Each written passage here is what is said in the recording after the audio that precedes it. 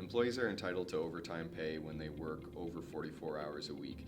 So they should be paid time and a half for each hour worked over 44 in that instance. The Employment Standards Act governs provincially regulated employees with respect to overtime pay.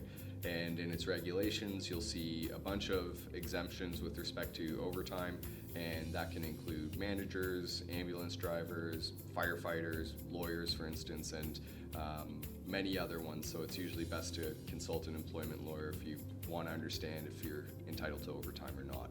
So if you're a manager, you may or may not be entitled to overtime.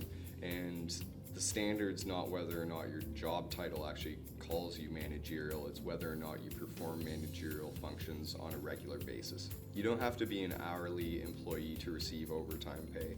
Salaried employees are entitled to overtime pay as well, and the way of calculating that is dividing your salary by 44 hours within the week and then multiplying it by 1.5. Another thing that can arguably disentitle employees from overtime pay is whether or not they have an agreement with their employer to average out their overtime over several weeks.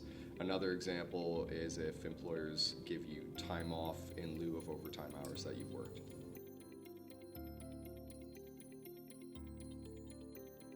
You can definitely go to the Ministry of Labor to claim for unpaid overtime. It doesn't matter if you're actively working or if you're dismissed. Oftentimes, dismissed employees will couple their wrongful dismissal matters with an overtime claim as well. Commissioned salespeople can be entitled to overtime pay, and oftentimes people think that overtime is just on their base salary. However, that's not the standard. The standard for paying overtime is assessing what your regular wages are and then multiplying that by time and a half. Regular wages include base pay as well as commissions. If you're a commissioned salesperson and you're entitled to overtime, then your time and a half ought to be based on your base pay and your variable compensation. So the standard is judging what your regular wages are, which is defined as your total remuneration that's given to you by your employer.